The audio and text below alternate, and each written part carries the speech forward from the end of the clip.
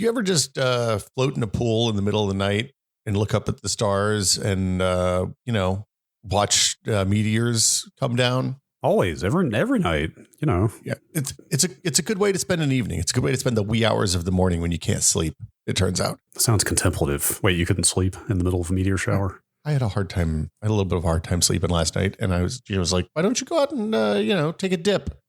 And I looked at the temperature and it was 104 degrees outside. At night? What time? What's the time frame here? Yeah, 11:30, midnight. I don't know. Not super late, but late. Okay, so this is I haven't been able to go to sleep yet. I woke up at the 2 to 3, the witching hour, and can't go back to sleep. This is more like I should be going to sleep now, but I'm going to make a choice. And I'm sitting here and I'm like, I don't feel like going to sleep. And she's like, why don't you go for a swim? So, That sounds nice. I mean, it was good.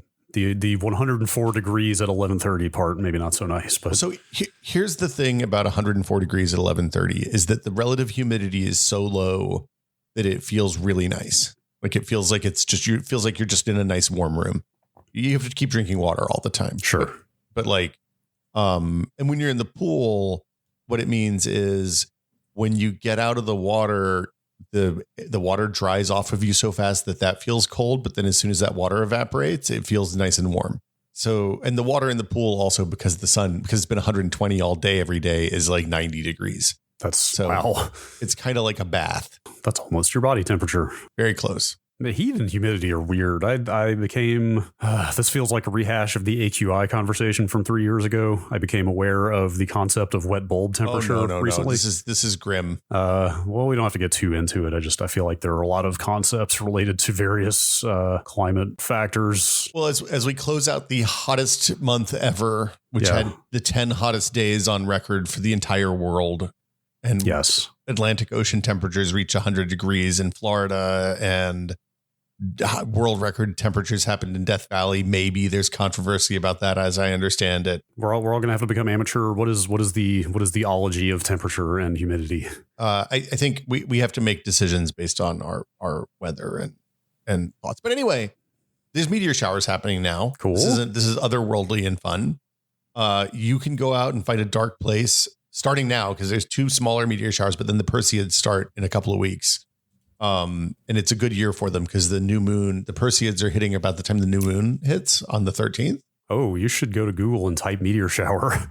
Something cool happened? They did a cool little thing, I will say. I feel like I looked up the Perseids last year and we're not quite in a good spot to see them. I can't remember. Well, so they're good basically if the moon is either new or sets early in the, early enough in the night that it's not up while the meteor shower is going. Okay. But even last night, 3 weeks off, 2.5 weeks off peak, I saw a couple of really huge, like bright burning fireballs, and then a bunch of little ones that are ranged from, was that a meteor? Is my eye just being weird? To, oh yeah, that one's okay, I guess. And I was out there for probably an hour. So, man, that sounds nice. I should see a meteor shower at some point. I don't think I have. So the ones that are going right now that are centered around the night of July 30th are the Southern Delta Aquarids, and the Alpha Capricornids, which sounds like bad characters from Battlestar Galactica. But the Perseids are, I think, peaking on the 13th of August, maybe August 12th, early morning hours of August 13th. And even if you live someplace where it doesn't get particularly dark, like your neighborhood might be too bright because you do have a lot of street lights. But if you go out to the beach and sit on the beach, you'll see some stuff. Basically, look it up. You want to have not much light in the direction you're going. But when the Perseids are popping off, you get enough bright ones that you can see them even through street light glare and the whole thing. Yeah, cool. It's really cool. And if you drive 2 hours out into the country, if you drive up to West Marin or West Sonoma or something like that, just pull over on the side of the road and take a couple of lawn chairs with you. You can see, you'll see stars you'll see stars and meteors like you've never seen before. It's incredible. That sounds magical. You know what just occurred to me that I find somewhat comforting about space? What? No matter what the hell is going on down here, everything just keeps going up there. Things change down here, but everything up there, it's just like it always was. Truly, it's the final frontier, at least until Betelgeuse explodes. And then, all bets are off. God, man, I think frequently about whether we'll get to see that or not.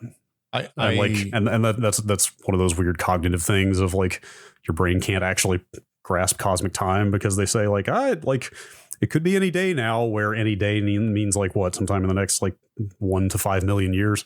It's a gap. I think it's 100,000 is what the current is that close coming now? Down. Okay. But even then you hear that and you're like, oh man, we're almost there. Like I'll definitely get to see it. But like, and I like when I'm laying in the pool, floating on my back and looking up at the stars, I'm thinking, man, it would be really cool if there was a supernova right now, but far enough away that it doesn't wipe out all our plant life on this side of the planet. Do we know how long it would be visible? It's a period of weeks. 1987A, you could see for a really long time. Oh man, I was not old enough to remember that. Well, it was only visible in the southern hemisphere, so I never saw it. Can you imagine the types of information that will go around if something like that is visible in the sky for a year? I mean, look, Elon Musk will start sacrificing people, and yeah, it's the conspiracy nuts will go wild. Good times. Wild, I tell you. Let's do a podcast.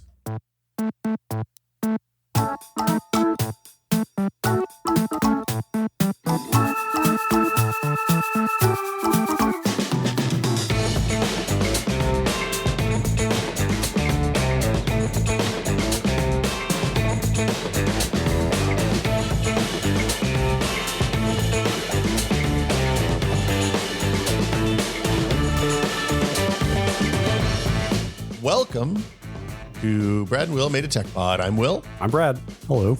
Hi. Hello. Hi. Hello. Hi. Hello. I've been awake for 48 minutes. Is that unusual for you this time? Yes, extremely. You're an early riser these days, right? It was a wonky sleep night, but then I successfully got back to sleep, which feels like a tremendous victory. Oh, nice. That is good. Like I basically hit the point where I was like, okay, I've gotten about 4 hours of sleep, and maybe do I start my day or do I lay here futilely doing battle with my brain?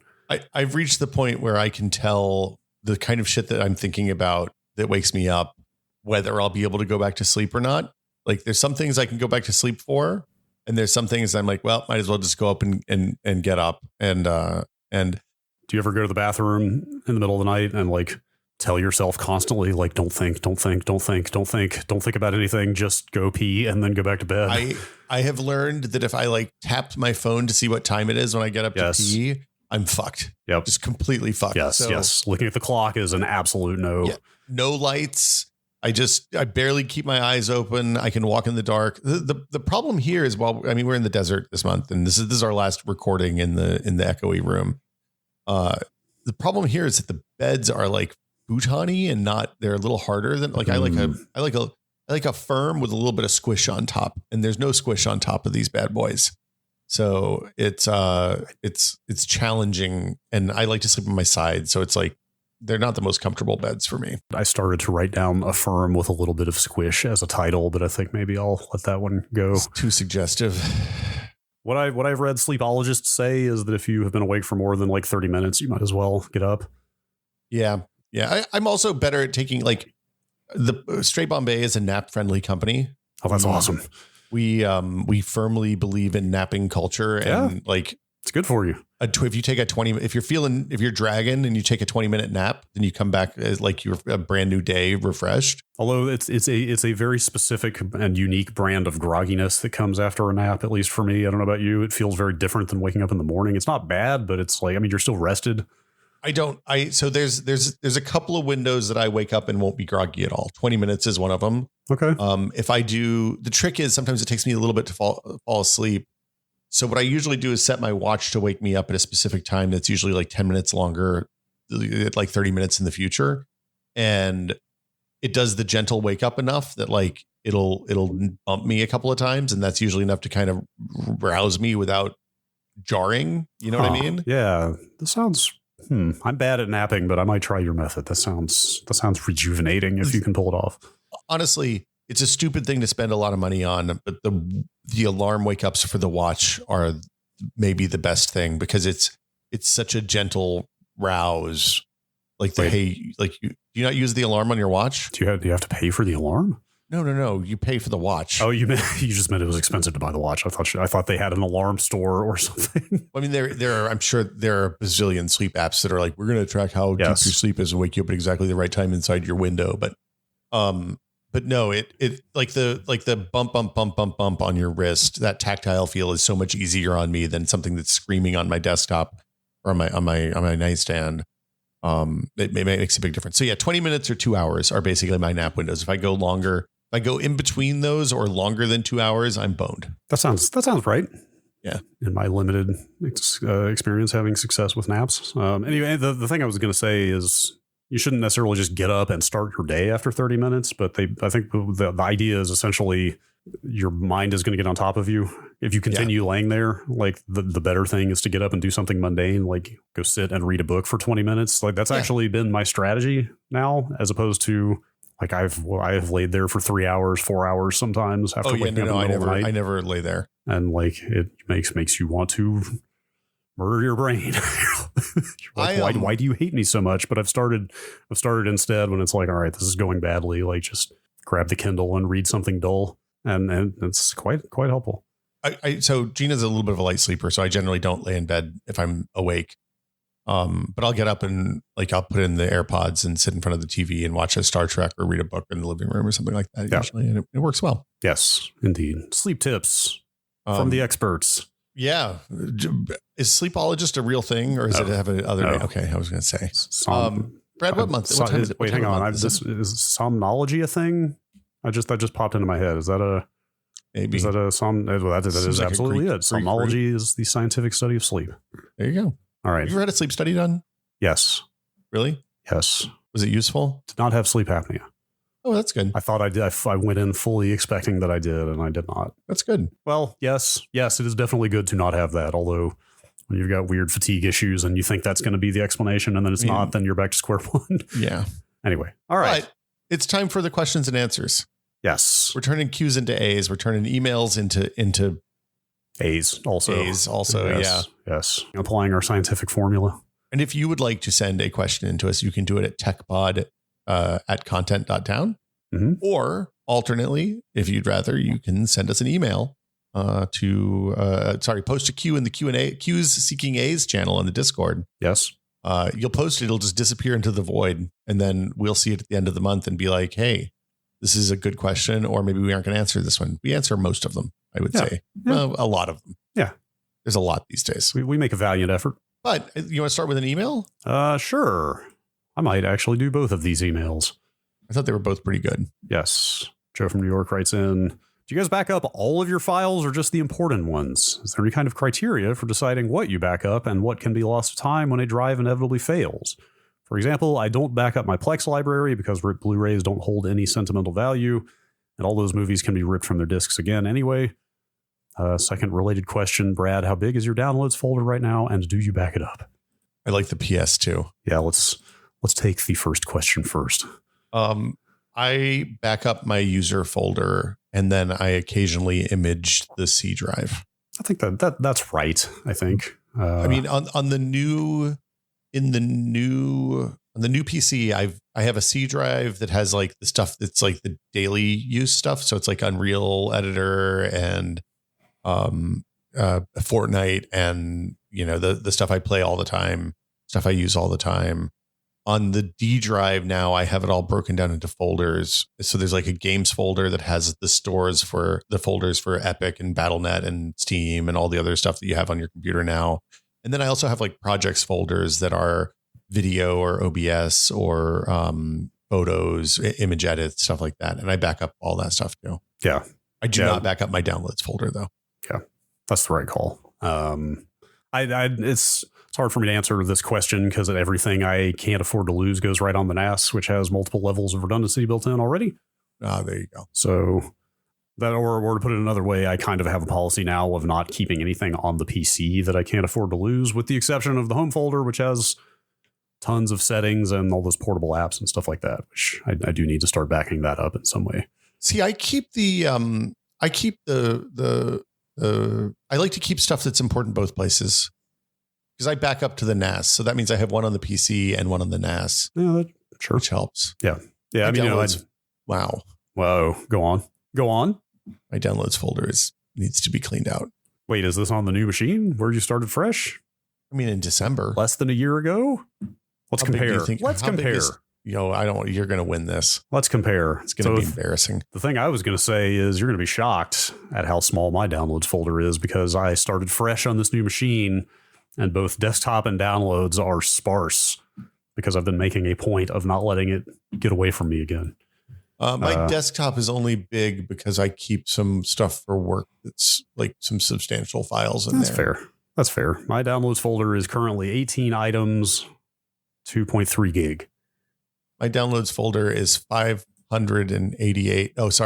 7,044 files and 427 folders. It's 227 gigabytes. Okay. I'm gonna clear that out. Okay. Sometime soon. Boy, how the tables have turned. Wow. Is there one huge file somewhere? Let's see. To be fair, last time we talked about this, I had just happened to unzip a couple of files that had like one of them was the shader pack from libretro or RetroArch, which has thousands of files. Big. Like there were a couple of things that was like, here's a thing with a bunch of source code that is just bajillion files. Okay. So in my defense, one of those files is a 100 gigabyte video file. Okay. That's a 48-hour download from Twitch of my bird cam from a few months ago. Okay. All right. So I wanted to get the moment that the bird fell out of the nest out of it. And I had to download the whole thing in order to get that. So yeah, I don't feel quite as bad. Acceptable. Yeah. All right. I'll take this other email real quick from Franceso. I remember in an episode about tools and widgets y'all use, Brad mentioned software he uses to AirPlay audio from his phone to his Windows desktop. What was that? Would be awesome so I can play Overcast over my headphones as I play video games. That is, I had to look it up because I haven't used it in forever. SharePort 4W. Oh. SHAIR, not SHARE. Like Share? SharePorts. SharePort Sync is a Linux thing that it does that. Somebody just basically took that and bolted a GUI on it for Windows. There you go. Which I thought was abandoned. It still works, but I thought it had been abandoned. But I looked and it just got a bug fix update last December. Nice. So there's that. It's a little janky. It's quite bare bones, but it will work if you just want to AirPlay from an iOS device to your Windows machine. It works just fine for that. Also, just in case you might be asking about something else, OwnTone is the music server I run on my NAS that also does AirPlay to whatever target you want. So yeah, cool. There you go. How we did this Casper question? Yes, I have some corrections on coffee stuff from last week too. Oh, okay. Yes, I saw you highlighting this question. I think I've finally learned to read your. Sometimes highlighting means I'm idly moving my mouse, and sometimes it means I want to talk about something. You know that concept of your love language. Yes, I think I've learned to read your Google Docs language. I talked about this. I talked about this on Daily Tech News Show because they use a Excel spreadsheet to do the run for the show, like down to like timings for segments and stuff. And one of them is a highlighter too. I was like, and also I was idly highlighting shit in the spreadsheet last time I was on. I was like, oh right. I'm making everybody else's spreadsheet light up like crazy. I should stop this. Compulsive highlighting. I understand. It's bad. As a compulsive desktop refresher, I know what you mean. So let's see. Corrections. Only cheap espresso machines use steam to build pressure in the boiler to push the water through the espresso puck. Nice ones use a pump to increase the pressure, or a lever in some cases. Did you hear from owners of nice ones? No. People were I was scared doing that coffee episode because it's a thing that I know a fair amount about, but we definitely have a lot of experts in our audience. Yeah. As people like, I'm kind of curious if that's a side effect of covering coffee stuff it tested years ago. But yeah, people were very kind. And then I think that was the big one, actually. Okay. Yeah, thank you for doing all the heavy lifting on those notes. I think my contributions were entirely in the form of questions. That's fine. But, the other thing is that green beans do get bad over time, but if they're stored properly, they're fine. A lot of people also said to your question about freezing that as long as you're not taking the beans in and out of the freezer, that's fine. Okay.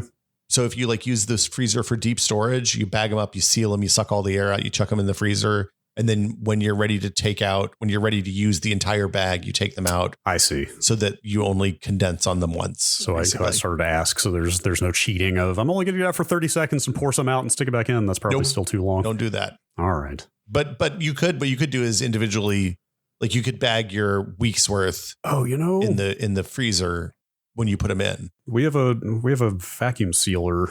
Yeah, that would do it. So if I bought like a 5-pound bag of beans, I could parcel them out like the size of our airtight container, your canister, and just make a bunch of smaller bags and Interesting. Okay. Yeah. Okay. Good to know. Question from Casper from the Discord. I always wish you had a cheapest possible option that gives. This is in quotes. I always wish you had a quote cheapest possible option that gives the best results unquote section on your shows. Since so much of the tech that you talk about is really high end for rich people or those who care so deeply about one particular product or process that they are willing to invest heavily. So this is good feedback, and we should do this more often. Like I wanted to put that in because I want to make sure we do this on the reg. For the coffee thing, I mean, you can do pour overs without pour over kettles and all that. I find the results are kind of all over the place.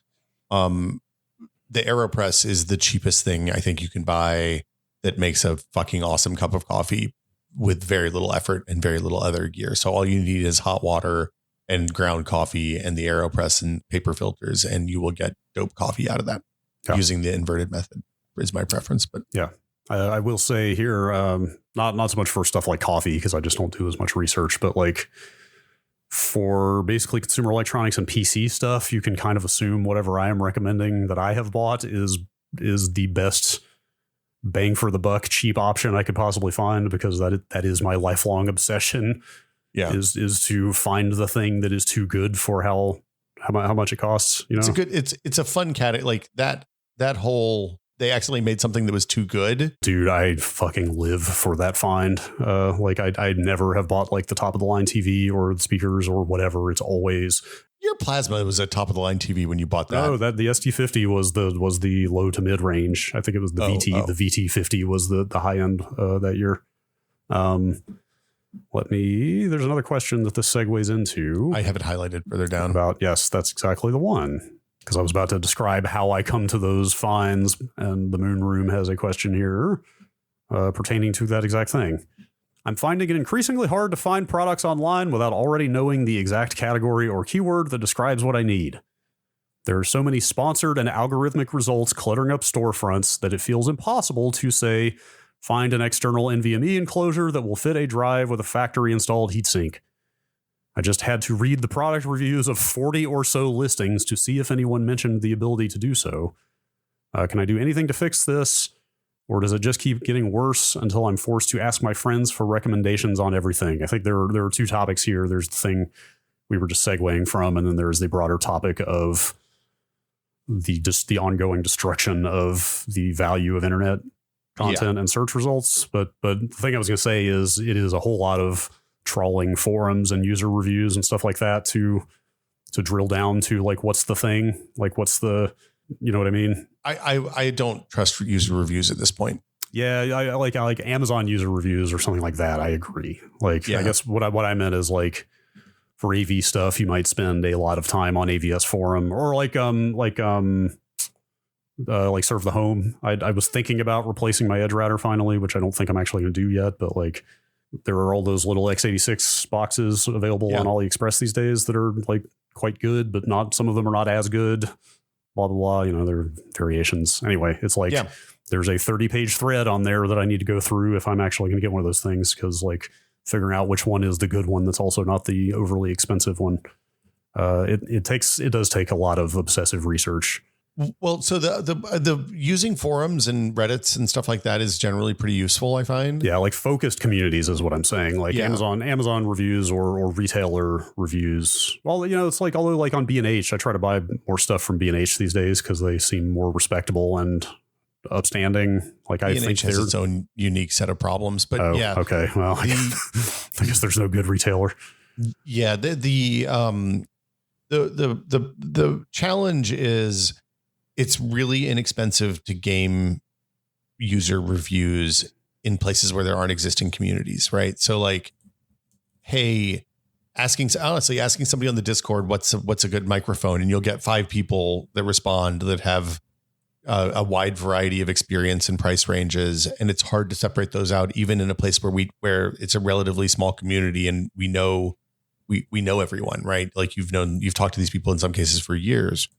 When you get into the user reviews scheme and you look at how inexpensive it is to buy Amazon reviews of things, and then also you buy something, like one of the things that I've been getting from Amazon lately is I'll get something and it'll come with hey, if you leave a review and send a link to the review to this QR code, then we'll give you $10 off on a $10 item. Mm-hmm. And that to me is a sign that I should never, ever buy anything from that vendor again. Yep. Who was it that got dinged for doing that in the last couple of years? A lot of people, like they well, I'm sure a lot of people. I specifically, I meant in the small consumer electronics space. I keep wanting to say it was Anker, but that can't be right. It was one of the Anker alikes, I think. Yeah, it was somebody. It's on the tip of my tongue. I can't remember. I think they got somebody who makes little power supplies. I think they got banned from selling on Amazon, if I'm not mistaken. I mean, look, man, like there are also weird categories of things that you should just never buy. Like, don't ever buy shoes on Amazon if you're buying name brand shoes. Yeah. Because they're almost certainly, like, the odds of you getting a real shoe from Amazon is so low. Yeah. And also the fact that you can buy from a vendor, and if it's the same ASIN, you buy it and it says it's from Amazon, and they have the same ASIN in a warehouse closer to you from a third party vendor. Yeah. They'll just ship you the third party vendor one. I bought multiple pairs of fake Stan Smiths over the years from Amazon, right? Yeah. And it's a bog standard tennis shoe. It shouldn't be complicated. They shouldn't have a problem with that, and it continues to be an issue. So the intermingling of first and third party inventories, and also the rise of return scams and stuff like that. Yeah, had started, I feel like, 5 or 6 years ago, and yeah, it's like I basically don't trust anything that seems counterfeitable from Amazon. That's why I buy most stuff from B&H if I can help it. I mean, say what you will about B&H, they don't sell fake shit generally. Right. So then the other thing is I rely on trusted sites. So like your wire cutters for home goods and stuff like that. Like we bought a comforter that Wirecutter recommended. It's been fantastic. They're better in some categories than others. I think Lauren Dragon, who does their headphone stuff, is one of the best, most unaudiophile woo persons working in the industry. When I ask her questions about stuff on Twitter or like when I was looking for a low latency pair of wireless headphones to use so I could directly monitor my microphone, she was like, well, why would you want to do that? And I gave her a reason. She's like, oh, that's really interesting. I'll start testing for that because I've never considered that was a thing people wanted before. It's like that's useful, but then there's some categories that they're just not great in. Like I bought some ice cube trays that they recommended and they're frankly shit. So like Linus Tech Tips is pretty good for computer hardware stuff. PC World, our friends over there, Gordon and Adam and the folks, Brad and all those folks continue to do really good work. It's hard because like a lot of the sites that used to be good, like Anand and Tom's Hardware and those kind of places ended up getting bought by somebody. And then the reviews got worse and worse as the people who used to make the content good left. So you kind of always have to pay attention. And there's unfortunately no easy answer, I don't think. Yes. I feel like, algorithmic, robot produced content and search results getting dominated by the same has been a problem that's been building for a while, but I feel like we are reaching a critical mass, especially as like the ML driven stuff is just going to make it easier and easier to crank out garbage that you can't get past. Like I'm finally writing some Python. I'm actually like finally pretty deep into writing some real ass Python, which has been great. Cool. But the number of times I go and try to Google like how to do a specific thing and get an entire page of results that are clearly written by robots that are like only somewhat intelligible. Yeah, and now the robots are going to be writing actually stuff it's hard to distinguish from something a person wrote. Yeah, like I've had to, and this is more how the internet used to be, I guess. I've had to like identify actual sites that are trustworthy with good content on them and just start going straight to those instead of like just relying on whatever's at the top of Google now, which like, I don't know, you tell me, maybe that's not actually the worst thing to start building relationships with specific producers of things again. mean, I think a lot of the problem is that if you think about how you used the internet in like 2005, where you had a browser tool, like I turned my browser toolbar back on. So I have 6 sites that I visit every day. Yes, I am using bookmarks extensively again. Can you believe that? But yeah, it's weird. Like, I don't think there's anything wrong with that. I think it's actually really good for the brands, for the sites that you connect with. Assuming it's not all Joe Rogan and nonsense, building a relationship with a site that is giving you something that you need and want and enjoy. That's how the internet should be. That's how the internet was best. Yeah, like I basically have mostly landed on using RealPython for stuff because their articles are incredibly well done, and like they literally have bylines and photos of the authors at the bottom of each article, and I'm just like, man, they've put a lot of work into this. Like, I don't really. It's easy to fake though. You can generate a picture of a person with 15, 16 fingers, no problem. For one thing, a lot of these are like 5-6 year old articles, so okay. It was probably less likely to have happened then. Also, huge digression. Boy, am I really getting a crash course in how much changes, and maybe different languages are different about this, but how much changes in a language from one release to the next. Well, Python is also notorious because they don't do backwards compatibility. So like you want to run a Python 3.7 app and a Python 3.10 app, you got to have 2 different Pythons on your computer. It's crazy how many, like almost every resource about dictionaries in Python out there says they are explicitly unordered. And then guess what? Composite data types. But guess what? As of 3.7, now they are in fact ordered. Yeah. It's crazy. It's funny when we talked to like OBS about plugins, which are all written in Python, or they can be written in Python. I think they can also be written in Lua. Like it's fascinating because like when they changed Python versions a few years ago, everything had to switch to a new version of Python. Like all the scripts had to be rewritten in newer versions of Python. It caused a significant problem for people who are using a lot of scripts. Anyway, it is wild how much varies. And yes, anyway, I'm enjoying that a lot. Okay, you're highlighting this one. Oh, I was just idly highlighting, but you can do it. Is this Bunny Crimes? I think this is Bunny Crimes. Okay. Bunny Fiend, probably. Or Bunny Fiend. It is a £, a bunny emoji, and a person emoji. It's an Octothorpe bread. Sure. Okay. Fine. I'm under no obligation to color match the guest bathroom at my parents' house when installing a bidet, right? I think. Okay, so I brought a bidet with us to the desert. Like a portable like a slip-on, like the cold water spray from the tap one. Slip on as it installs to the. It installs under between the seat and the bowl. Because I asked because I was Googling travel ones yesterday. So travel ones suck. Which we tried that last year and it was a disaster. They're basically just hose. They're like squeeze bottles, basically. Yeah, it's awkward and doesn't work even in it. Like, depending on this. Yikes. Like if it's a small bowl toilet, it's horrifying. Even if it's an elongated bowl, it doesn't work great. Wow, that's that. I mean, it's a very easy install. We talk about it on the Next Lander Ramblecast this week. Like it is not hard to install one of the ones you're talking about, but still doing the install for a month. I mean, that's fairly impressive. Did you buy a new one, or did you take your existing one? We had when we bought the first one in the pandemic, we bought a right hand model, and our toilet is too close to the vanity for the right hand one to fit. So, and when I told Amazon we didn't want it, they were like, don't bother sending it back because it was the middle of the pandemic. So we had a spare. Nice. And I just chucked it in the car. It was hard to install because the bolts on the bottom of the toilet aren't easily accessible. It's a fancy toilet with like the hidden back and stick on bolts and a bunch of nonsense. I think if you're putting it in your parents' house, you have to color match Bunny Fiend. I think. Yeah. Well, that might be tough though. I mean, I don't see a lot of like color options out there. They're mostly white. I mean, like, are we talking like a mint green or a pink or like black? Also, what are we talking about matching? The wallpaper or the porcelain? I think you have to match the porcelain, at least the seat, at least the lid. Okay. Maybe it's the lid because the seat could be a lot of things. Yeah. I don't know. I feel like there should be a conversation with your parents about what you're doing to their house. I would want that if I had an adult child that was helping me by putting stuff in the guest bathroom. Yeah. My question is, do I just leave this here now? Or do I take it off when I go? Do you expect to, this is your, I was just thinking about it the other day. This is what, your third year there? This is our third time coming here. Do you anticipate a fourth? I think we might be done after this one. Yeah. Okay. I mean, it's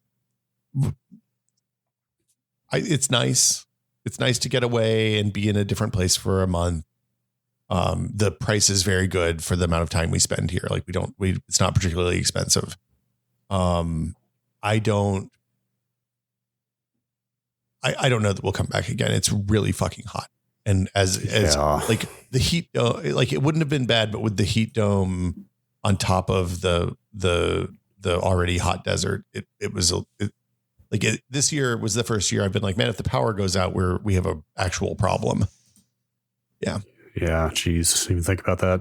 Is it very pronouncedly higher than last year? Have you or more to the point, did you track it? Do you remember what it was last year versus now? So, well, I mean, typically 120 day is pretty high.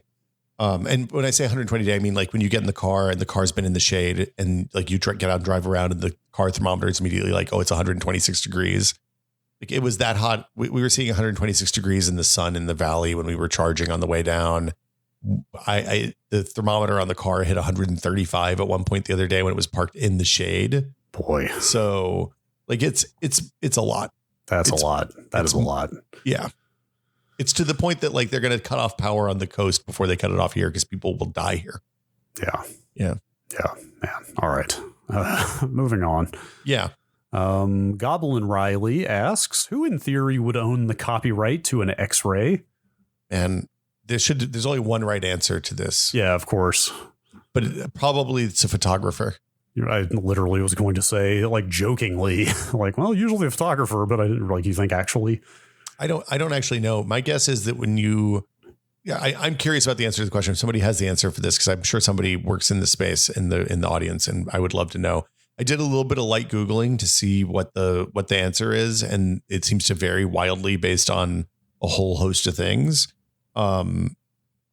It should be the patient. Yeah, totally. I bet it's the hospital and or because the person who works at the X-ray center probably is an instrument of the hospital in the eyes of copyright. Yeah, that's effed up. Yeah. If that's the case, but it feels like that should not be copyrightable. It should just be a personal piece of your medical records. Yes, exactly. I mean, so that the other side of it is protected by HIPAA, so it's not like they can monetize your X-ray. Sure. Yeah. It is part of your record acts, and you would have to approve release, which you generally do anyway. It's yeah. Question from Scoot. What's your opinion on robot housework? We've got robot vacuums, robot mops, and robot lawn. Wait, really? They make robot lawnmowers now? Yeah, they're like string trimmers with robot wheels attached. They drive around and just kind of cut the top of the grass every few days. That I would not trust. Why not? Because it's cutting something. It's a string trimmer, though. You can run those on your hand. It just leaves a mark. Pets are around, small children. Pets should learn to fear the machines just like the children do. That's okay. Fine. We've got robot vacuums, robot mops, and robot lawnmowers if you want to spend the money. If they made a robot butler tomorrow that was even half useful at doing more dexterous tasks like cooking and folding laundry, I'd be all in. Fuck chores. How do you both feel about robot minions? So at one point, the Roomba people made a gutter cleaning robot that you just put in one end of the gutters, and it had a plow trough on it, like a squeegee that would fit around the edges. But it would basically yeet the snow up out the sludge from the bottom of your gutters up out onto your deck or ground around whatever. So you'd have a nice little strip of grimy, gross dirt that blasted out. That seemed too far. That's a twice a year job. Most places. Yeah. It seemed like a lot. Yeah. If I could get a laundry folding robot, I would pay almost any amount of money for that. Yeah. I don't know why. I don't mind doing the laundry. Yeah, I hate folding the laundry. Same. I don't know why I despise it. It's the most tedious thing you can do around the house to me. Yeah, if you catch me in the right mood, it's nicely meditative and all that. Yeah. But most of the time, I just don't want to fold underwear. Yeah, I think I've said this before. It's the same thing with dishes. I don't mind. I almost enjoy loading the dishwasher. I hate emptying it. I think it's because loading it is a bit of a spatial puzzle. It's a little Tetris-y. So So here's my, I'm the dishes person usually in our house. I love to load it so that it can be unloaded as fast as possible. We've talked about this before. So like I put all the forks in all the same size forks in one thing in the dishes, in the silverware holder. I line up all the glasses that go in the same place on the same side. So I can just like grab 5 of them at a time, go. The plates I can pull out like between my fingers and pick 5 or 6 up at a time and jam them up in the cabinet. I can unload the dishwasher in like 4 minutes. Man, that's pretty good. Small kitchen though. That's pretty good. My feeling is, I don't know, fewer robots is better. We have a robot vacuum. This is actually kind of getting back to that earlier question. We got an Ecovacs D-Bot some years ago. Yeah, I love that D-Bot. Which at the time, that was the bang for the buck option. I just looked them up and they do, sure enough, have like $500 to $1,000 models now. But at the time they were the scrappy, like cheap alternative to iRobot and Roomba at the time. Do you use it still? Does it work? Yeah, we just replaced. Dude, we're dovetailing all over the place here. We just had to replace the battery in it for the first time a couple weeks ago after 6 years or something. And finding a compatible battery that also didn't look like shit, because there were like 10% of the people on their user reviews saying like, oh, it's stopped holding a charge after a month, like that. And granted, it hasn't even been a month yet, so we'll see. Well, that's better than the other fail case, which is white smoke poured out of the thing and filled my room. Yeah, I think hopefully it will be better than that. But so far, it's back to running a good 60 minutes or so on a charge now, which maybe is about what it's supposed to do. Does it have like a little dock that it backs into? Yeah. Yes. Okay. This one, it's not. I think didn't some people write in and say some of the like high end Roombas use like not just SLAM, but also like does SLAM entail building a model? I can't remember. SLAM builds a point map or a mesh or whatever. Okay, so ours absolutely does not do that. It just randomly, like its only navigational principle is, did I just bump into something, then turn 90 degrees and go somewhere else? Like it's good. It's a good supplement. Like it picks up a ton of dust. Like you will still see stuff all over the floor. It doesn't get everything, but seeing the amount of dust it gets is really nice. But you'll definitely see it like going back and forth over the same area 5 or 6 times randomly, just because that's where it ended up sometimes.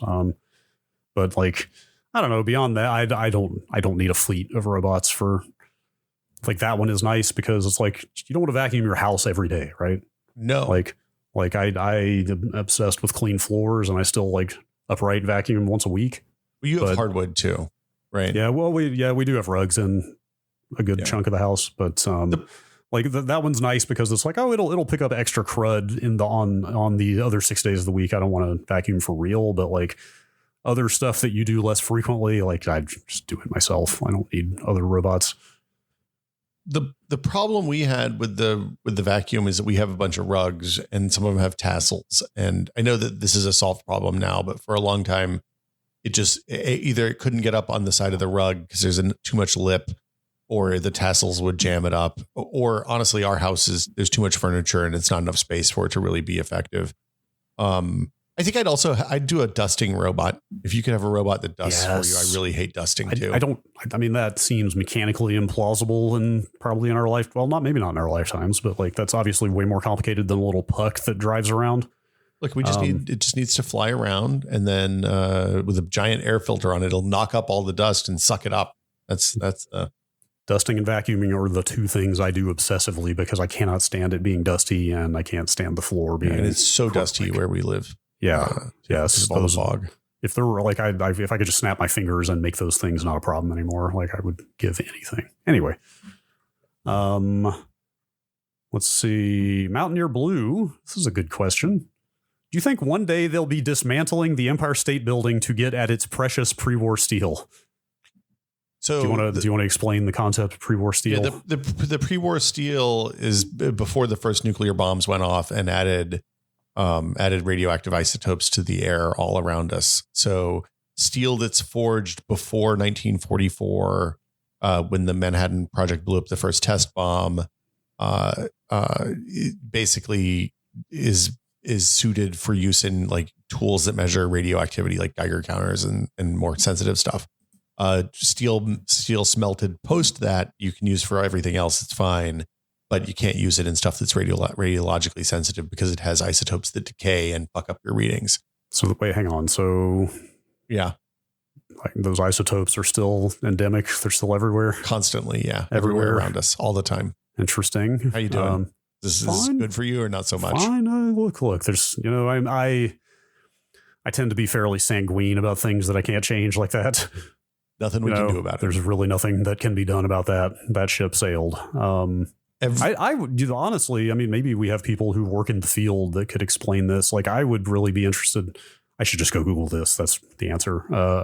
Interested in the atomic, molecular, metallurgical component of how that works. Like, are those binding to the component materials of steel? Is it something about the smelting process that causes this to be a problem? Like, it's exposure to air during the smelting process, is my understanding. Phil from Rainy, we got to have Phil Broughton on the podcast sometime. We tried to get him on right before the start of the pandemic, and it ended up not happening for a bunch of reasons. But I'll send him a note and see if we can get him on, because he could explain this to you really well. I would love to hear about that. But my understanding is that it's the air used during the iron enriching process that makes steel, and you add carbon. I can't remember, carbon and nickel or something.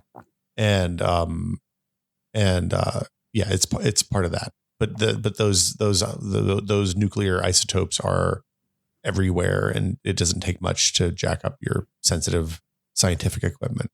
I assume clearly this is not possible, or they would have done it already. Some sort of clean room-ish clean air situation is not possible. I'm sure you can do it. I'm sure it's probably cheaper to just pay people to dig up, salvage old shipwrecks and stuff like that. Yes, sure. So the takeaway is that there's a lot of World War I ships on the bottom of oceans and bays and Mediterranean Sea and stuff like that. So it's like there's a fair amount of money in digging those up, dredging those up and pulling that out. I mean, is there a future where the Empire State Building has no sentimental value and it's a thing that we eventually pull out to get pre-war steel? Maybe, but like the amount of pre-war steel that's needed to build all the scientific equipment in the world is pretty low right now. So I think they'd probably tear down the rest of Manhattan first, because there's a lot of other pre-war buildings there. Sure. Maybe they aren't all steel frames, but yeah, I think the Empire State Building would be near the end of the list instead of near the beginning. As long as they don't tear down the Chrysler Building, I'm okay though. Yes. Man, I think my like shipwreck fascination has mostly tapered off in the wake of the Ocean Gate stuff. But we were up at Land's End. Did we talk about this? We talked about this, but I can't remember. We cut something about the SS Ohioan from the cold open because you thought we had talked about it on the show last week, which I thought we had talked about it off the recording. So maybe people can let us know. But this is new information, though. I definitely haven't said this before. Okay. When we were at Land's End last week, which is where the remains of the wreck of the SS Ohioan lie off the coast of. What is the SS Ohioan? It was a cargo ship it was built in, I think, 1914 and wrecked in 33 in the bay here. Okay. And it ran high aground where like most of it was above ground. As a matter of fact, above water, you mean? Or yes, sorry. Well, actually, looking at the photos, some of it was quite literally resting on a rock above the water line. How do you fuck up that bad? The fog was very bad when they came in, apparently. Okay. It was so high that they got all the cargo off and then had a watchman. They had it was so accessible. They had a guy, they had someone posted as a watchman on the ship for like 3 years after it had wrecked, until the watchman on duty accidentally started a fire that burned most of the ship. And also there was dynamite still in the hold, and that was real bad. Holy crap. Thankfully, they put the fire out before it got to the dynamite, apparently. But from that point, it was like, all right, we're not putting this thing's done. Did they think they were going to be able to pull it back off the rock at some point? I'm not clear what was going on. I think maybe that was like, I only read a cursory amount of information, but I got the sense it had not been long enough since the wreck happened for them to have decided ultimately what to do with it. But then it went bad like that. So ultimately, they dynamited. I think they blew it up or somehow dismantled. Anyway, yeah, you can apparently see the remains of the wreck still if you go at extremely low tide. So I apologize if I just repeated something that I talked about last week. The thing I was going to say, though, is when I was up there reading about that thing on the little historical board overlooking the area, apparently there are like 300 other known shipwrecks in the bay alone. And that's just the bay. Like San Francisco Bay is not big, and that's 300 ships down there. Yeah, so I mean, San Francisco Bay is pretty big. Well, you can see it from space. Okay, it's not small, but it's not the ocean. The point I'm making, though, is and granted, it's a very high traffic area. The thing I was going to say is, like, if there are 300 wrecks in the bay, imagine how many there are in the wider ocean. But also, like, the bay is so high traffic that maybe there's a higher density of wrecks. But still, I bet there's a lot of ships underwater on this planet. Well, there's probably an overall listing somewhere. There's probably a website. There's probably a Wikipedia page that's like the list of shipwrecks that has all of the known shipwrecks. I'm typing number of known shipwrecks in right now. But so it's concentration. There's a lot here because it's navigable. I'm sorry. It's high traffic, like you said, and it's also scary water because it's high current and like the fog is a problem. Fog is bad. Rocks. There's a lot of rocks. Yeah. West Coast generally is scary, is my understanding. Like the Columbia River mouth in Oregon is a terrifying set of water. And anyway, can I say the number I just found? Yeah, what's the number? Like 100,000? According to analysis by UNESCO, there are over 3 million resting shipwrecks undiscovered in the world's oceans. Brad, I got a new idea. Uh-huh. Brad and Will make a salvage company. Dude, okay. I thought you were just going to say Brad and Will make a shipwreck podcast, which sure. Okay, I mean, that probably is more realistic. All right. Patrons, shipwreck of the month. What do you think? Yeah. Anyway, that's a lot. I got off on a little bit of a kick about like all the deepest wrecks known. Like I found a video documenting when they found the Samuel B. Roberts, which I believe is still the deepest known wreck, which was one of the escort ships in Guadalcanal, or one of the Pacific theater battles in World War II. I believe is currently the deepest known wreck. Have you looked at the Glomar Explorer stuff much? No. Oh, Brad. Yes. When the Soviets lose a nuclear powered missile submarine in the 60s, in the 70s, it's the story of how you recover a lost Soviet submarine K-19. Oh, it was a diesel electric ballistic missile submarine, not a nuclear diesel submarine. This is Azorian. Yeah. I watched a documentary about Project Azorian some years ago. Yeah. That was awesome. The Glomar Explorer is real cool. We've got a couple of those too. What are they? The USS's Scorpion and Thresher. Yeah. Are our two nuclear subs that went down with weapons on them. Well, so the K-19, K-129 rather, was not, it was a diesel submarine, but it had ballistic missiles on it, which is why they wanted it. Yeah. Actually, I think maybe one of those subs may have just had a nuclear, like it was nuclear powered, but maybe didn't have weapons, but the other one definitely did. Actually, yeah. That was one of the things, it's hard to keep talking about shipwrecks. Something Bob Ballard talked about, the guy who found the Titanic, like that was that expedition. In fact, it wasn't announced at the time. Did I mention this before? That at the time there was some cover story given for why he was out there looking for the Titanic, but in recent years it was declassified that in fact he was out there checking in on one of these subs for the Navy. Make sure it wasn't leaking. So I think it was more to make sure the Soviets had not gotten the missiles, the warheads. Like, I think that's actually what he said, was that that the Navy had sent them out there periodically to check in on the wreck and make sure nobody had disturbed and accessed the compartment with the warheads. Wow. Yeah. Anyway, sorry about this long digression. Wow. So yeah, that's a trip. Yeah. That's some cool stuff. They wanted to go and not have the Russians follow them. Yes. Because they wanted to make sure that they wanted to see what the nuclear reactors were doing to the environment and make sure that the nuclear weapons were still on the Scorpion. Yes. Ballard did mention there was a conservation aspect to it too, of they collected samples like fish, wildlife from the area to make sure they were not suffering. Of course, that was probably more for research reasons than for humanitarian or ecological ones. So when they finished looking at the Scorpion and the Thresher, which were close to each other, they had 12 days left to find the Titanic. And as he said, we got it right at the buzzer. So, and Bob Ballard's cool. He sure is. Okay. Next question. Chip Shirley. Shirley. Her name isn't Chip. Shirley. Is machine learning used in online content moderation? If not, do you see this as a valid application of it? No one seems to like moderation work, but could a machine reliably do it? Everybody who's tried this, it's failed in interesting and terrible ways. So yeah, seems like a thing you maybe don't want to fail at if you can help it.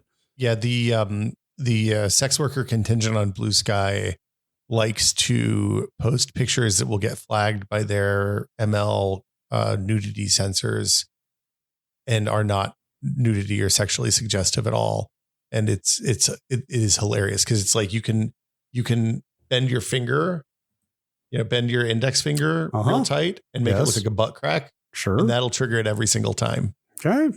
Yeah. So false positives, it's a space where you don't want to have false positives in it, and you get a lot of false positives or false negatives. Either one, both are bad. Yes. Yes, indeed. Or if you're Twitter, you could just somebody could post some CSAM and then reinstate the user that afternoon. That's fine too. Don't fucking get me. Like I was don't fucking use Twitter. The lesson is don't use Twitter. I was seriously close to deleting my account yesterday. Like the only reason I didn't delete my account was because I might need it for promotional reasons at some point, or it just feels, you know what I mean? It's like, oh, there's enough followers here. It's kind of hard to just deep six it.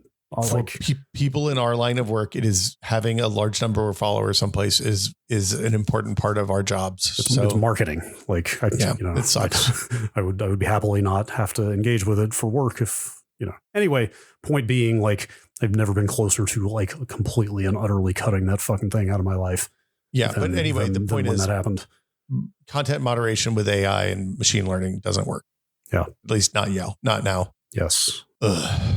Blue Sky needs an iPad app, like a dedicated one, badly. I just use I make the iPhone app big.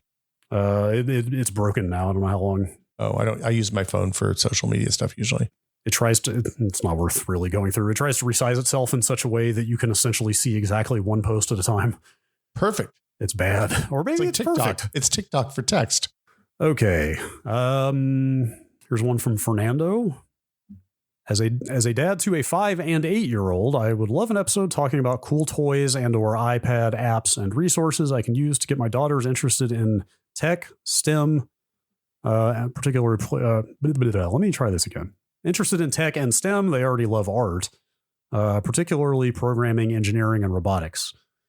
They're in a Lego robotics camp right now, and I love what they're learning there. So for people who don't know, if people don't have kids, STEM is science, tech, engineering, and math, and it's and art. STEAM often is the people say STEAM instead of STEM because art's important too. Yeah. So there's probably an episode here which I'd have to do some research on, but the answer is it's going to be different for every kid probably. The nice thing about kids that are at that age is that they really love spending time with you. So if you find some things that involve those types of things and pick those as activities that you can do together, either with one or both and at different times, that's how you do it. I mean, the people I know whose kids went on to be engineers spent time with their kids doing engineering stuff and building things and taking things apart to find out how they work. And when your kid asks a question like, hey, how does that work? Instead of saying, I don't know, go look at a YouTube video, you take it apart and show them, or you sit down and watch a YouTube video together and then you talk about it. And whenever the other thing is you can't force it. So like you can't be like, okay, now's the time of the day when we do our math. And because they'll just reject that. I mean, my daughter would reject that. Yours might not, but mine would be like, math. I don't want to do that right now. I want to do something fun instead. Yeah, I was wondering about that. I didn't want to. Obviously, I am not a parent, but I'm sure there is some amount of they have to come to it organically or naturally. Well, but I mean, there's two. It's like Law and Order, right? There's two parts of this. One is that they reject things that they don't think are fun, but the others they really like spending time with you. So like, if you pick things that are a little bit fun and also involve spending a lot of good time with you, where you're not on your phone and you're paying attention to them and you're talking about the things that they care about and that they're excited about, then they'll tend to want to do that stuff more. And that's the reliable way to do it. It's not. This is the nice thing is you don't have to buy stuff. I mean, you might buy some stuff, but like going to the science museum and following your daughters around and letting them show you the things that they think are cool is and asking them why and getting them to ask why and be prepared when they ask why. That's the way you do this. And you also have to accept it if they don't, like, some kids just don't give a shit, which is fine. You know, there's other things that they'll do and find, and everybody, you know, the nice thing about the modern age is that everybody will find their own path. Or can find their own path, I guess. And maybe they may, or not everybody will, but they can. The options there. Sure. Good answer. Cake Batter wants to know how many frames you get running Crysis on your 360 hertz monitor and 4090. Okay, so I don't have the original Crysis, which became CPU bound really early in its life. As I recall, like, it was GPU bound for a long time, and then all of a sudden it became a great CPU benchmark. On the remastered thing, with everything turned all the way up and the boost ray tracing stuff turned on, I was getting 280 frames a second. Okay. Seemed like it runs. I'm gonna say acceptable. I'd play that. The original is not easily accessible, but it is out there. You have to sail the high seas, Brad. Well, I don't know. What is archive.org to you? Is that piracy? Oh no, that's not the high seas. That's a. Or is that a cultural record? That is where you find the games. It's interesting because you can buy Crysis 3 original and Crysis 3 remastered on Steam. But you can't buy the unremastered original Crysis, I assume, because of, like, I think it's a DX8 game. I can't remember, but it's old enough that it's, like, probably problematic to run or alternately remains not performant in the modern era. That might be DX9 by then. 07, right? That was the same year as Portal and the Orange Box, and that was DX9. Let's do a couple more here real quick. Wait, Chip Shirley getting the twofer this month. Ooh. Didn't even plan this. Would Brad recommend building an AM5 system? He has alluded to having problems with his recent system build. I would say it's probably totally fine at this point. You feel like everything's working out now? Yes. AM5 is the new AMD platform. For people who don't know, it's what the Ryzen 7000s go in. The emulating CPU thing, if that's what you're thinking of, the very high profile, these CPUs are burning themselves to death stuff, that all got resolved through BIOS updates a couple months ago, 3 months ago. That's done. Okay. The USB stuff, I mean, there's still USB ports I can't plug my camera and mic into, but you've got the same thing on an Intel board, so that's not exclusive to AMD as far as I can tell. That's probably pretty vendor dependent. That's just USB being janky. Yes. And I assume pretty vendor dependent, depending on what USB controller they may have put on as a third party add-on. I don't use the third party one. Mine is the Intel. I use the Intel one. That's what I mean. The AMD ports are fine on mine. It's the ones that run through the third party extra controller that are garbage. Let's see what else. It seems fine at this point. Like, there's a big round of BIOS updates coming out right now. You might be interested in this. How fast is your memory? 7600. 76, wasn't it? 76, I think. Yeah. So the common wisdom has been is Ryzen 7000s can't go past 6000 DDR5 6000. Yeah. There's a big wave of BIOS updates hitting right now. Apparently this is coming from AMD, I believe, because all the manufacturers are touting it. So it must be an AGISA, like the AMD common platform improvement. They can all run DDR5 8000 like totally stable. What? Like out of nowhere. Like, that's amazing. Yes. So apparently you can potentially get way. I don't even know if DDR5 8000 is like widely on the market yet. Anyway, that's a weird example after some of the issues I had of like, this platform really was not fully ready because they are improving it by leaps and bounds in the months after it has released. I mean, that is, when you buy something that's brand new, that is often the problem, right? Yeah. Yes. Especially so when I bought, I can't remember, I built an early DDR4 machine, and it was the same exact experience. Like it's not about the CPUs. It's not about if you were moving from DDR4 old chipset to DDR4 new chipset, you'd be fine. It's moving from DDR3 to DDR4, DDR4 to DDR5 in this case. So there's all sorts of growing pains around that stuff. Yes. And I looked it up for the record. Crysis and Portal both were DirectX 9 games, although Crysis did have a DX8 mode, I assume, for the older NVIDIA 5000 series GeForces. Cool. Good to know. Okay. Meatball, real fast one here. How long do you even keep boxes and packaging around for the electronics and hardware you buy? I have a return window rule at this point. Just keep it until the return window is closed and then toss it. That's interesting. Because you're going to need it. You're going to need it if you have to return it. But once you're out of that window, it kind of doesn't matter. Yeah, I usually get rid of boxes pretty fast. The exception is sometimes monitors. Because if you need to ship them or carry them or whatever, then having the box is real nice. Yes, I break down and flatten my PC case boxes as well and keep the styrofoam so that I can pack those nice and securely if and when I move. I just hand carry those when I move. Yeah, well, they got to get stored somewhere. I guess that's true. While they're getting moved around. Yeah,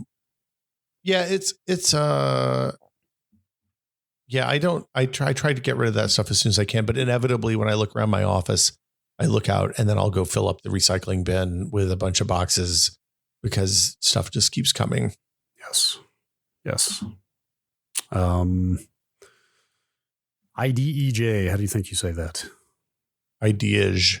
Okay, let's go with that. IDEJ. With Google domains going away, what registrar do you suggest I migrate my domains to? I've used Hover for a really long time. They support two-factor. They're reasonably priced. Like you pay $5 a year for an email address that forwards to your other account. They're pretty good. Yeah. I feel like GoDaddy has poisoned the well of registrars so much. Like they're so shitty, or at least their owner is. Well, that it's hard to know, like, of the bigger ones, like which ones are cool. And maybe it's just actually that one that's bad. Hover is a Two Cows company. Oh God. That's a name I haven't heard in quite some time. The thing about GoDaddy is every time we say something bad about GoDaddy, like 10 people write in and say the old guy's gone, the new people are much better. Oh, I didn't know that. Yeah, they've stopped doing the sexist ads. They've stopped being generally shitty to people that aren't white guys. Stopped hunting endangered animals. Mm-hmm, exactly. Hopefully. I cannot. I'm just reporting what people tell me. It is not a topic I care enough about to investigate. Fair. God, Two Cows, man. What? Remember, you used to go to Two Cows to download stuff. Hell yeah, you did. Yeah, twocows.com, making the internet better since 1993, they say. That's wild. I didn't know they were still around. Yeah. That's cool. They own Hover. They have ISPs. There's a couple other things. I will say it again, porkbun.com. I have had a great experience with. As I've been looking at domains again recently, it has driven home as I've also looked at those domains on some other services. They are still the cheapest one out there by a substantial amount. Wow. I'm looking at the Two Cows. Two Cows is a Toronto company. Two Cows just retired Two Cows downloads in 2021. Wow. It's saved by the Internet Archive. And I assume that they must have reached out to them and said, hey, we're going to shut this down. Do you want to archive it? With enough time for them to actually do it rather than saying, hey, you have 3 hours before we turn this off. Oh, it's just the contents of the archive, it looks like.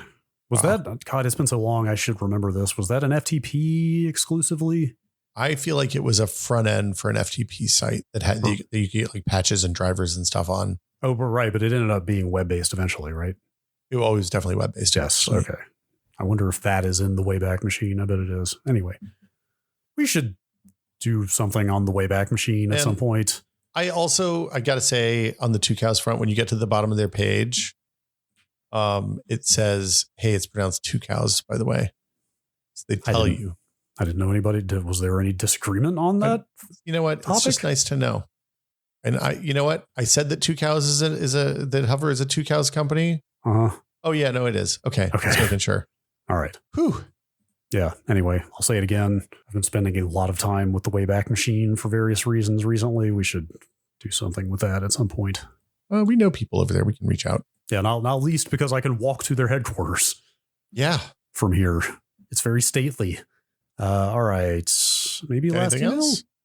Yeah, one more. One more? Yeah, we can do one more. Ignis Phase 1. This is an interesting one. I have a favorite quote from an old coworker. The reasonable man bends himself to the world. The unreasonable man bends the world to himself. Thus, all progress relies on the unreasonable man. My question, what program and operating system defaults have you bent to learning, and what defaults have you decided must be changed to fit your very obvious correct values? So, yes, I turn off all of the non-application or file searches in the start menu on Windows. Oh, that's just objectively correct. That's not, there is no room for debate there. Okay. Ain't nobody wanting to open the start menu and type into it and get web search results back. I mean, it's clearly somebody wants that because they turn it on every fucking Windows machine in the world. I don't know.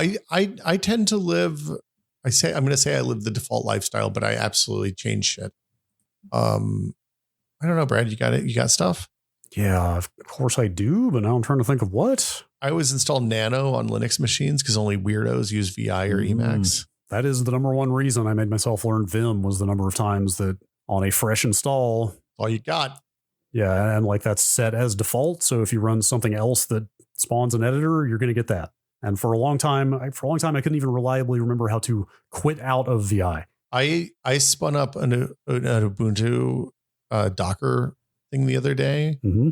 And the default Ubuntu Docker image is just base ass Ubuntu Linux. There's nothing. It's not like the server one that comes preloaded with all the packages. You choose the packages. It's just like Ubuntu, and it's the kernel and some network drivers, and that's pretty much it. An apt, or is apt even in there? I was able to install. I had apt installed, but it wasn't connected to any repos.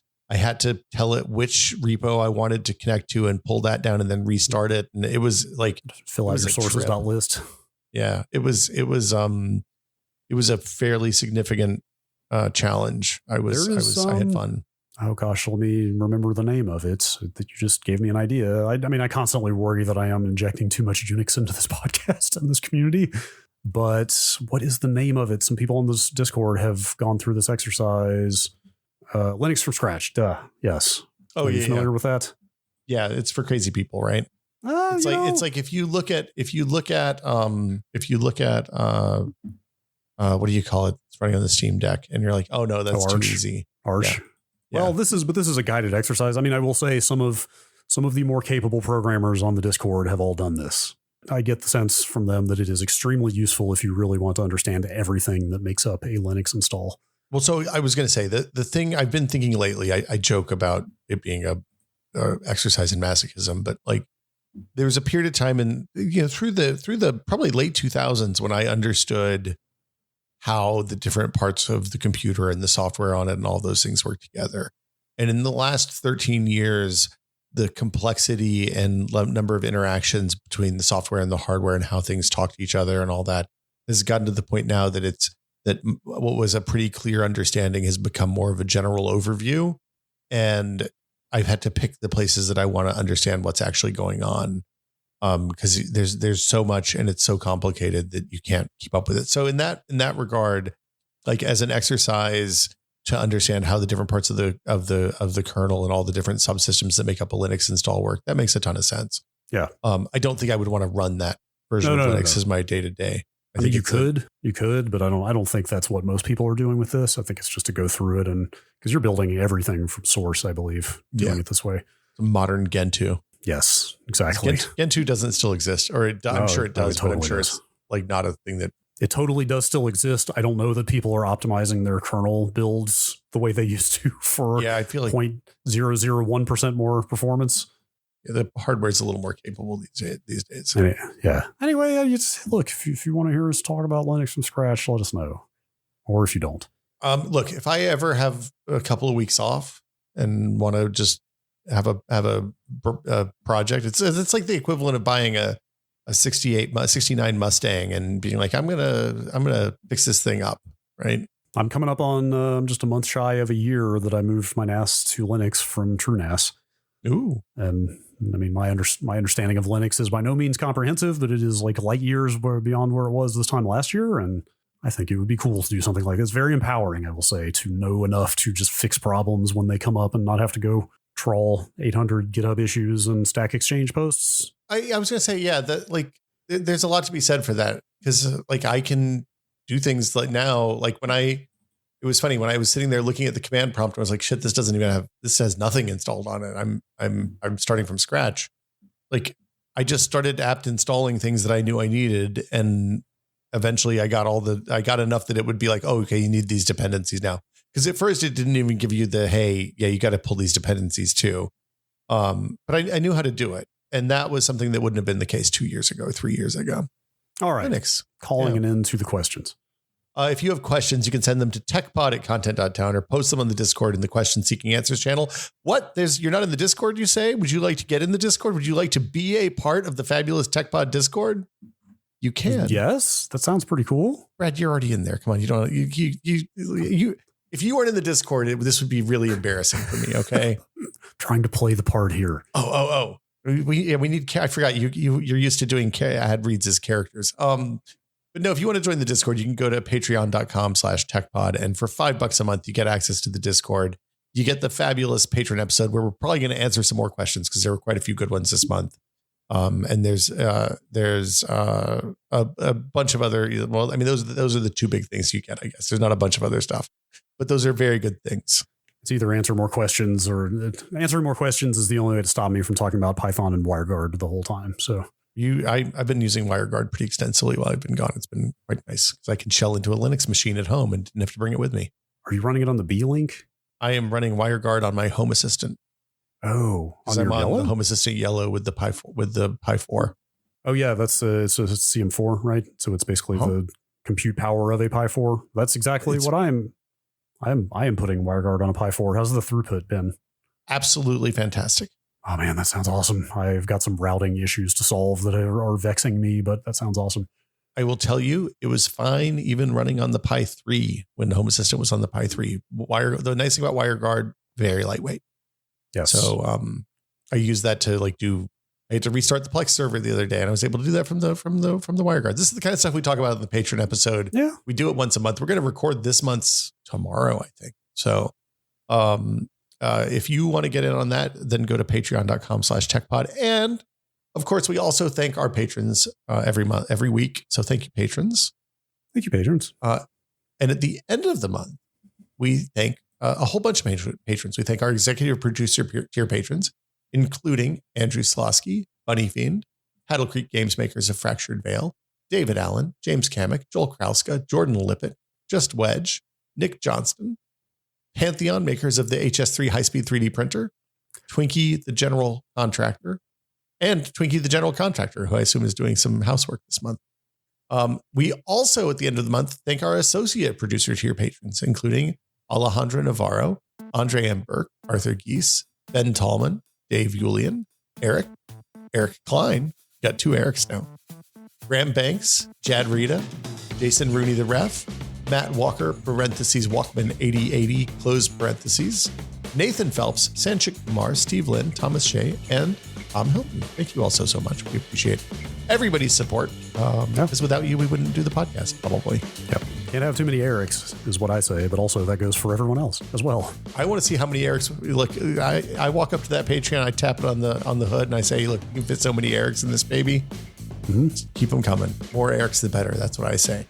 Thank you all for listening. Thanks for supporting the show. And we will be back next week or probably tomorrow, I guess, depending on when you listen to this. So we'll see you next time. Bye, everybody.